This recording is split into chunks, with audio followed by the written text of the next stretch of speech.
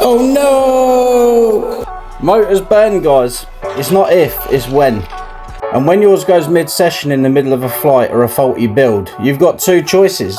Pay someone to fix it, or learn to fix it yourself.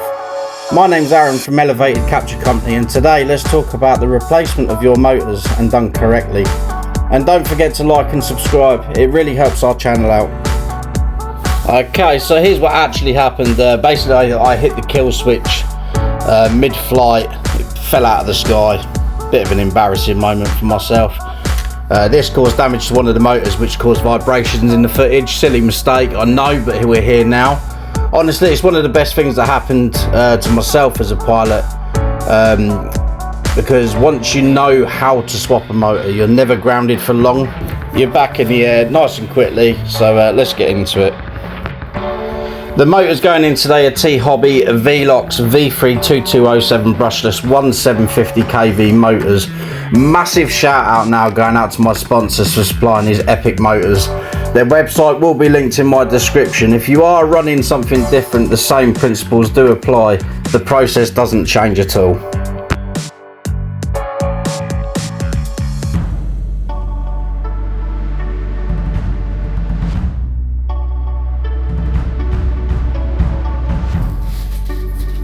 Okay, so as you can see, we are going to remove these 4 bolts.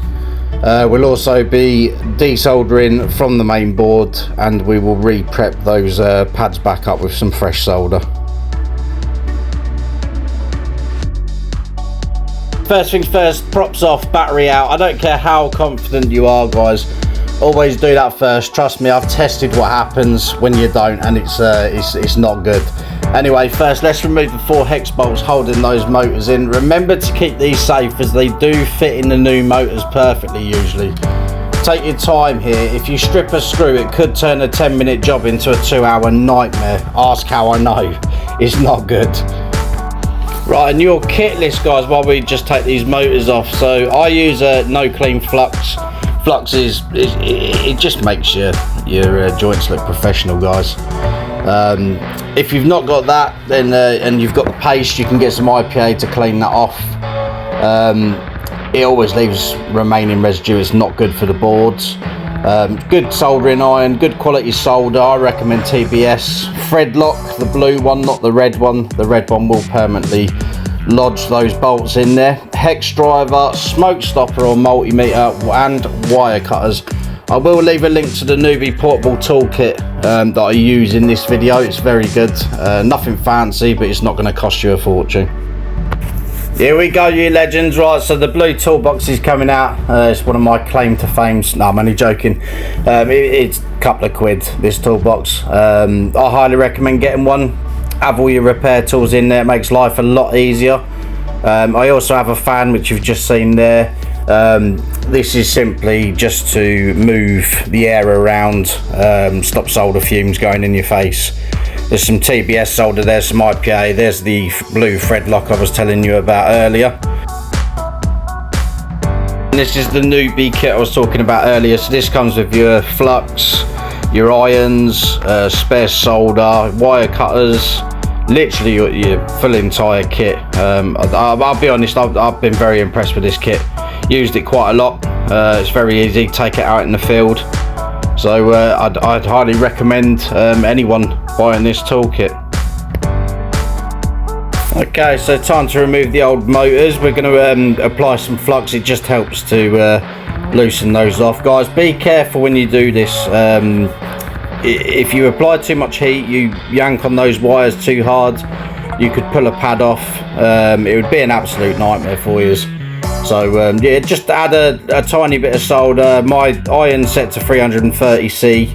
Add a little bit of solder, give it a little bit of a wiggle, and it will soon come off.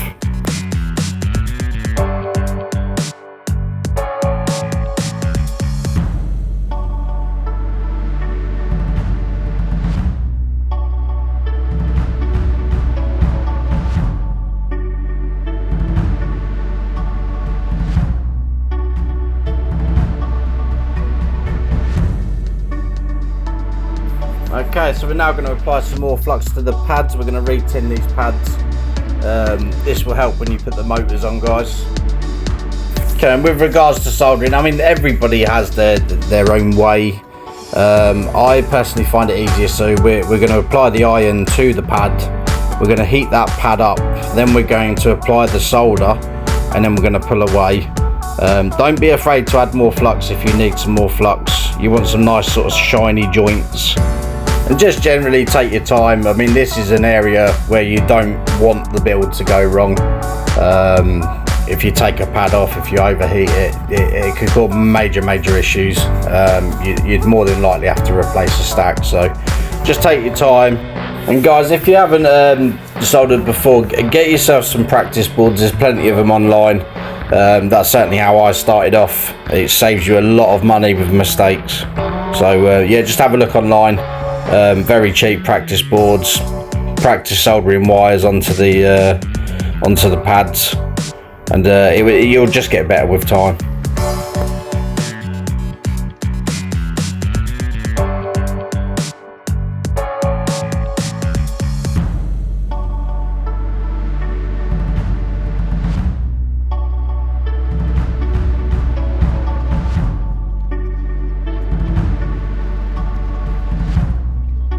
Right, so now all the pads are prepped with solder.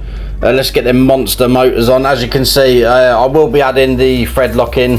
This is just something that I do. I'd rather be safe than sorry. It's not necessary, but it's just something I've done with all my builds. There's nothing worse than, you know, taking your quadcopter up, flying it 500 meters away, and then all of a sudden one of your motors come off, or it'd just be an absolute nightmare. So for the sakes of a few pounds, put some thread lock on, guys. It will help you in the long run.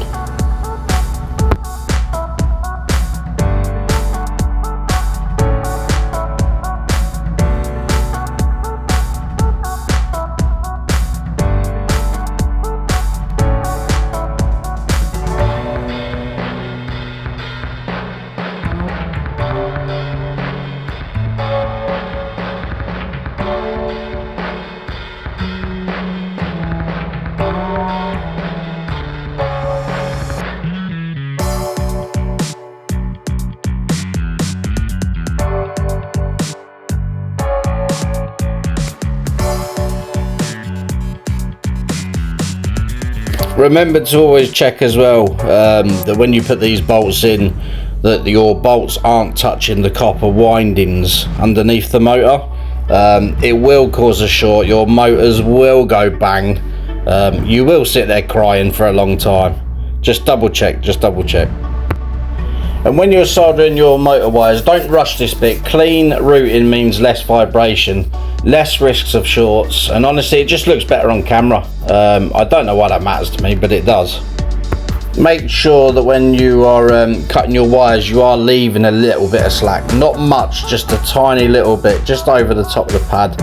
It just gives you that little bit of play. Don't cut them too short. That is a whole new ball game. Plenty of flux on the wires. Pre-tin them. It does help you when it comes to soldering them to the pads.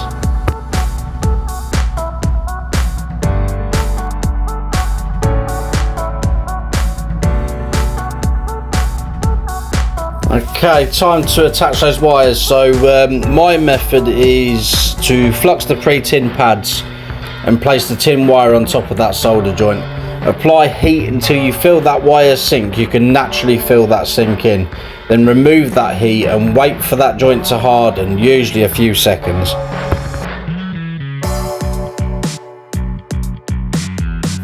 Clean joints, no blobs.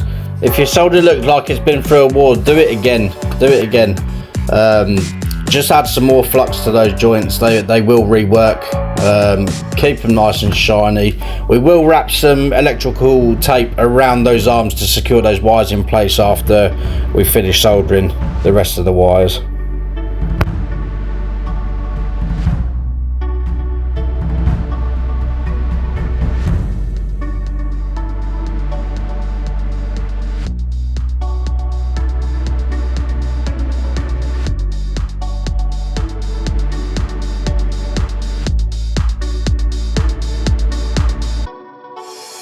And there we go, that's all 4 motors attached. Oh, look at those motors, they look lovely.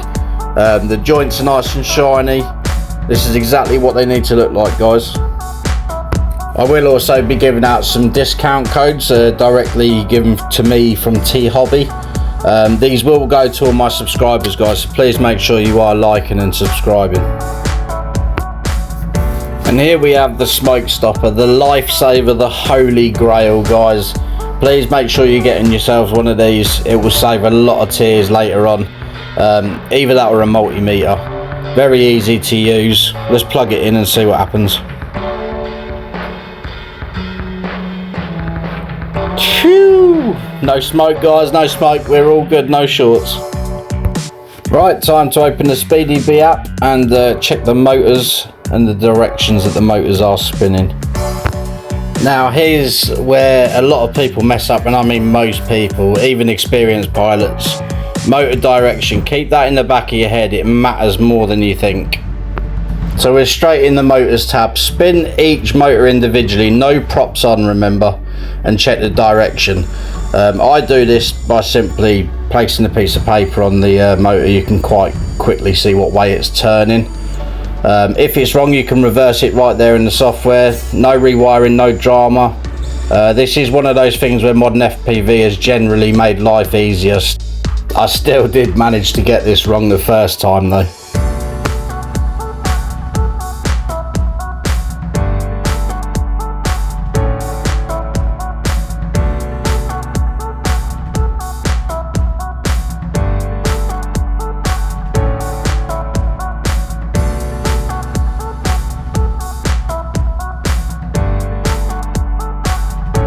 Alright, hardware sorted, software sorted. One thing left, the bit that actually matters. Does it fly? Let's find out.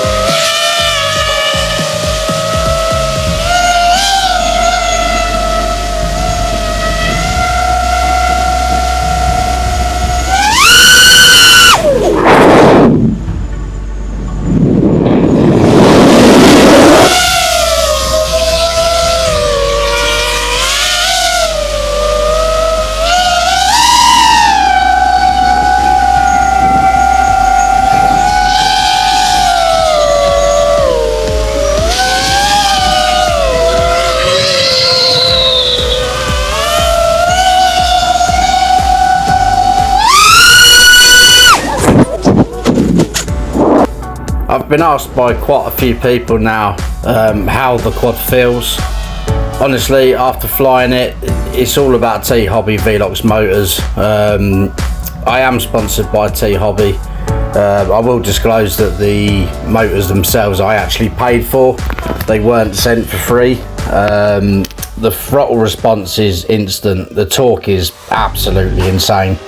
And they're buttery smooth through every single maneuver. Whenever I'm pushing hard, you know, racing down a track or just through a freestyle line, they don't miss a beat. If you want that next level flight feel, you need to grab some Velox motors, and I'll put the link in the description below. Thank you for watching.